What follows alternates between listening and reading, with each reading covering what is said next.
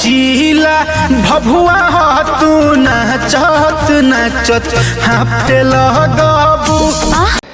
जिला भभुआ नाचही में हाफे लगबू, जिला सासाराम हाफे में नाचे में हाफे लगबू। बहुत ही बेहद सॉन्ग है और मैं चलाया भी हूँ स्क्रीन वीडियो आप लोगों को, जो कि ये जो भी है कि ये सॉन्ग है जो आया हुआ है अनामिका म्यूजिक फिल्म पर आया हुआ है, जिसका 1.5 लाख सब्सक्राइबर है लमसम। और ये भी बहुत बेहद सॉन्ग है। क्या है? बहुत बेहद सॉन्ग है। अगर आप लोग इस सॉन्ग को नहीं सुने अब तक ले, तो देखिए बहुत दुख की बात है कि 4-5 मंथ पहले आया हुआ था और ये सॉन्ग 4-5 मंथ पहले आया हुआ था जिला भभुआ सासाराम और नाचही में हाफे लगबू। और 4-5 मंथ पहले जो सॉन्ग आया हुआ था और ये आज भी सॉन्ग ये चला नहीं है, क्योंकि ये बेहद सॉन्ग है। अगर आप लोग सुनना है तो सुन सकते हैं सॉन्ग को। बोलते हैं ना कि देखिए बड़ा अगर वही सिंगर का होता ना तो ये सॉन्ग कम से कम वायरल चल गया होता, लेकिन छोटा सिंगर का है ना, इसीलिए सॉन्ग वायरल नहीं गया।